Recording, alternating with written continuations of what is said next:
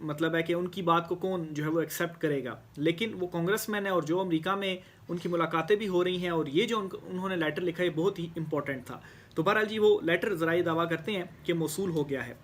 Trump کا ایک important بیان سامنے آیا ہے, اور اس بیان نے گزشتہ 2.5-3 سال کا جو سب سے بڑا بیانیہ تھا اس بیانیے کو ریورس کر دیا ہے.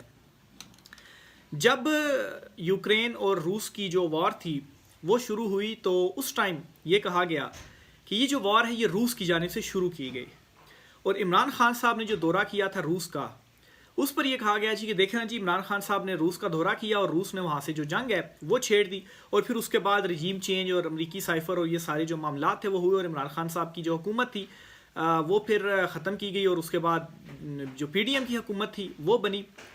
یہ سارے کا سارا بیانیہ کیسے ٹرمپ نے ریورس کیا ہے؟ ٹرمپ نے کیا کہا ہے؟ ٹرمپ یہ کہتا ہے یہ جو یوکرین ہے اس کو کہ تمہیں روس کی جو جنگ تھی وہ شروع کرنی نہیں چاہیے تھی. ٹرمپ کہہ رہا ہے یوکرین کو, اور ٹرمپ نے جو امداد تھی وہ بھی بند کر دی ہے یوکرین کی, جو وار کی مد میں اس کو مل رہی تھی, اور امریکہ کی بنیاد سرپرستی پر یہ آپ سمجھیں کہ مدد تھی اس کو, تو یہ وار جو ہے وہ لڑ رہا تھا, اور یورپ وغیرہ. تو اس میں اب یہ جو ٹرمپ نے کہہ دیا کہ یہ وار آپ کو شروع نہیں کرنی چاہیے تھی, یعنی کہ پچھلے یہ اس وار کے شروع ہونے کے بعد کیا بیانیہ بنایا گیا کہ روس نے جو وار تھی وہ شروع کی. ٹرمپ کیا کہہ رہا ہے کہ یہ یوکرین نے شروع کی, یعنی کہ ان کو یہ شروع نہیں کرنی چاہیے تھی. اور اس کو اب ہم پاکستان کے اور عمران خان صاحب کے تناظر میں دیکھتے ہیں.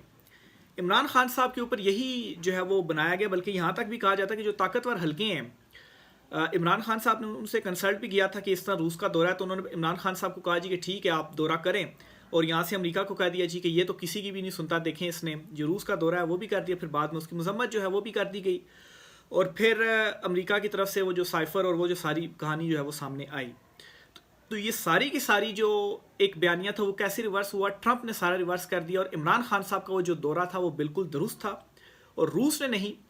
یعنی کہ اس وقت جو ایکشن لیا گیا, جو رجیم چینج ہوا, اس کو ایک طرح سے ٹرمپ نے انڈائریکٹلی کہہ دیا کہ پھر ظاہر سی بات ہے اس کے نتیجے میں جو بھی اقدامات ہوئے وہ نہیں ہونے چاہیے تھے. اور اس کے بعد جو بیانیہ بنا وہ یہی تھا نا کہ عمران خان صاحب گئے, اور پھر اس کے بعد جو ہے وہ یہ رجیم چینج جو ہے وہ ہوا. تو یہ سب سے بڑی بریکنگ نیوز, اگر اس کو پاکستان کے تناظر میں اگر میں اس کو انالائز کروں تو عمران خان ٹرمپ کی جانب سے یہ ایک بڑا بیان عمران خان صاحب کے حق میں ایک طرح سے یہ آ گیا ہے. اور پھر اس کے ساتھ ہی عالمی منظرنامہ تبدیل ہو رہا ہے. سعودی عرب میں ملاقاتیں ہوئی ہیں, وہاں پہ ظاہر بات ہے سعودی جو حکام تھے اور جو امریکہ اور روس وغیرہ اور وہ وہاں پر موجود تھے. ایک تو غزہ شام اسرائیل والا جو معاملہ ہے اس معاملے کے اوپر, اور دوسرا یوکرین وار کے حوالے سے بھی جو ہے وہ تھا کہ یہ بند ہونی چاہیے, اور ٹرمپ نے کہا ہوا ہے کہ وارز جو ہیں وہ بند ہوں گی. اور میرے خیال سے یہ جو ایک ٹرمپ کا بیان ہے یہ یورپ کے اوپر بھی ایک بم کی طرح گرا ہوگا, کیونکہ یورپ اس وقت کہاں پر کھڑا ہوا تھا. تو بہرحال جی ایک طرح سے ٹرمپ جو پیوٹن ہے جو کہ روسی ہیں صدر, وہ بھی یہاں پر سرخرو ہو رہے ہیں, اور ایک طرح سے جو ان کو پوری دنیا میں ایک نکرے جو ہے وہ لگایا ہوا تھا, بالکل تنہائی ان کو تنہا جو ہے وہ کیا ہوا تھا. تو یہ معاملات بھی اب آپس میں ٹھیک ہوتے جا رہے ہیں, سیٹل ہوتے جا رہے ہیں, اور اگر یہ اس طرح سے ہوتا ہے تو ایک نئے بلاک کی شکل میں جو چیزیں ہیں وہ پھر سامنے آئیں گی. ہو سکتا ہے کہ سارا جو مغرب ہے وہ کہیں ایک سائڈ پر ہو جائے, امریکہ روس وغیرہ چائنا وغیرہ یہ سارے ایک طرف ہو جائیں. اس ساری صورتحال کے دوران پاکستان کی پوزیشن کیا ہوگی یہ بہت ہی امپورٹنٹ ہے. پاکستان جو ہے وہ کس سائڈ پر کھڑا ہوگا یہ بہت زیادہ امپورٹنٹ ہے. پاکستان کے انٹرسٹ کہاں ہوں گے, اور ان انٹرسٹ کے مطابق پاکستان جو ہے وہ کہاں پر کھڑا ہوتا ہے یہ بہت زیادہ امپورٹنٹ ہوگا. اور اس صورتحال میں پاکستان کا جو مقدمہ ہے وہ کون بہتر انداز میں پیش کر سکتا ہے اس وقت؟ وہ عمران خان صاحب, اور عمران خان صاحب جو ہے وہ اس وقت جیل میں ہیں.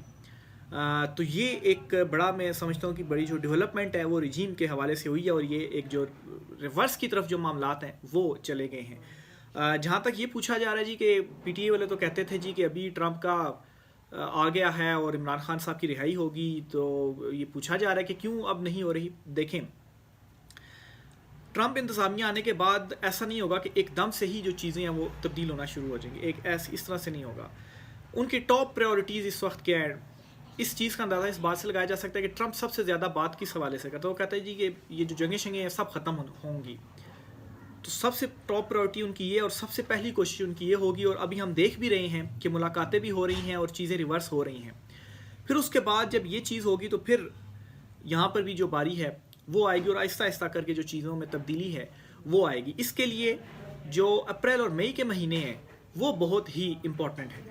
اپریل اور مئی کے مہینے اس میں بہت امپورٹنٹ ہیں, اس میں کچھ اہم جو فیصلے ہیں وہ ہونے ہیں. تو یہ جی کچھ ڈیٹیلز تھیں آپ سے شیئر کرنی. اور پھر جو لیٹر ہے, اور عمران خان صاحب کے حوالے سے بتاؤں تو ڈاکٹر عارف علوی سابق جو پریزیڈنٹ ہیں وہ اس وقت امریکہ میں موجود ہیں, اور وہ کچھ اہم ملاقاتیں کر رہے ہیں, اور ان کی بہت ساری ملاقاتوں کی اس وقت خبر نہیں آ رہی سامنے کہ وہ کس سے ملاقاتیں کر رہے ہیں, کچھ خفیہ رکھی جا رہی ہیں. لیکن انہوں نے ایک انٹرویو دیا, اس انٹرویو سے ہمیں یہ معلوم ہو جاتا ہے جی کہ ڈاکٹر علوی جو ہیں وہ وہاں پر کیا کریں. اصل میں عمران خان صاحب کی رہائی کے لیے لابنگ اور جو ایک عالمی دباؤ اوورسیز پاکستانیوں کی جو کوششیں, اور وہی عالمی دباؤ یہاں پر بھی اس وقت پڑ رہا ہے, اور یہاں پر بھی جو ہے وہ طاقتور حلقے انڈر پریشر آئے ہوئے ہیں. اسی سلسلے میں وہاں پر گئے ہیں, انہوں نے کانگریس مین سے بھی ملاقاتیں کی ہیں, جو قانون ساز ہیں وہاں کے ان سے بھی ملاقاتیں, یعنی کہ ایک اجلاس ہوا اس میں انہوں نے جو ملاقاتیں ہیں وہ کی. پھر اس کے بعد انہوں نے ایک انٹرویو دیا ہے. اس انٹرویو میں وہ یہ کہتے ہیں کہ میں یہاں عمران خان صاحب کی رہائی کے لیے ہوں.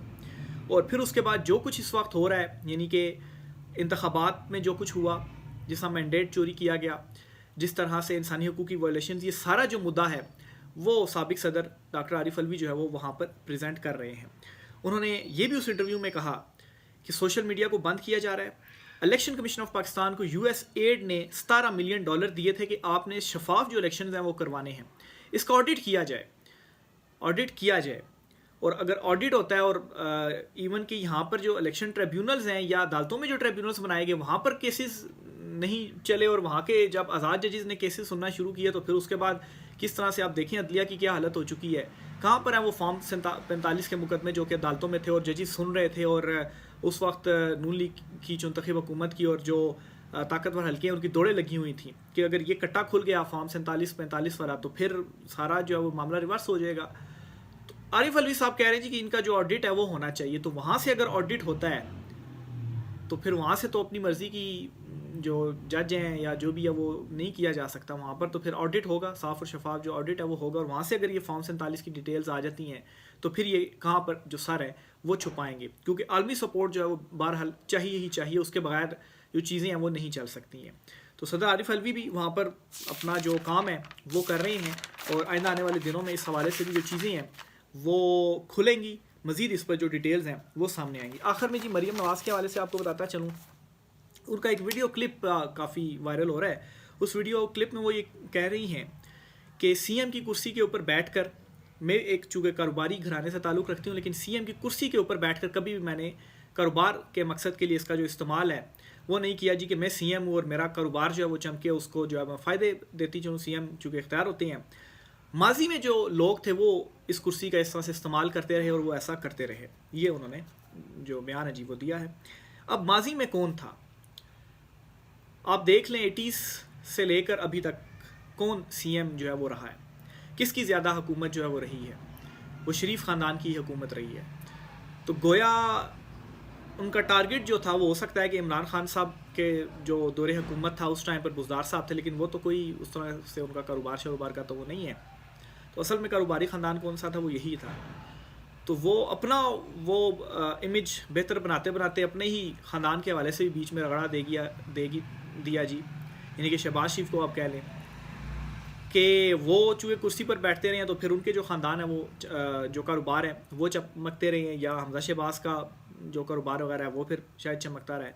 تو عمران خان صاحب نے کہا تھا نا کہ یہ 12th مین ہے, اور 12 مین ظاہر سی بات ہے ٹیم کے اندر تو اس کا کوئی رول نہیں ہوتا, نہ ہی وہ کچھ کرتا ہے, لیکن وہ باہر سے بیٹھ کر مریم نواز جو کچھ بیانات دے دیتی ہیں بعض اوقات تو وہ پی ٹی اے کے حق میں چلے جاتے ہیں, جس طریقے سے یہ اب جو بیان ہے وہ چلا گیا ہے.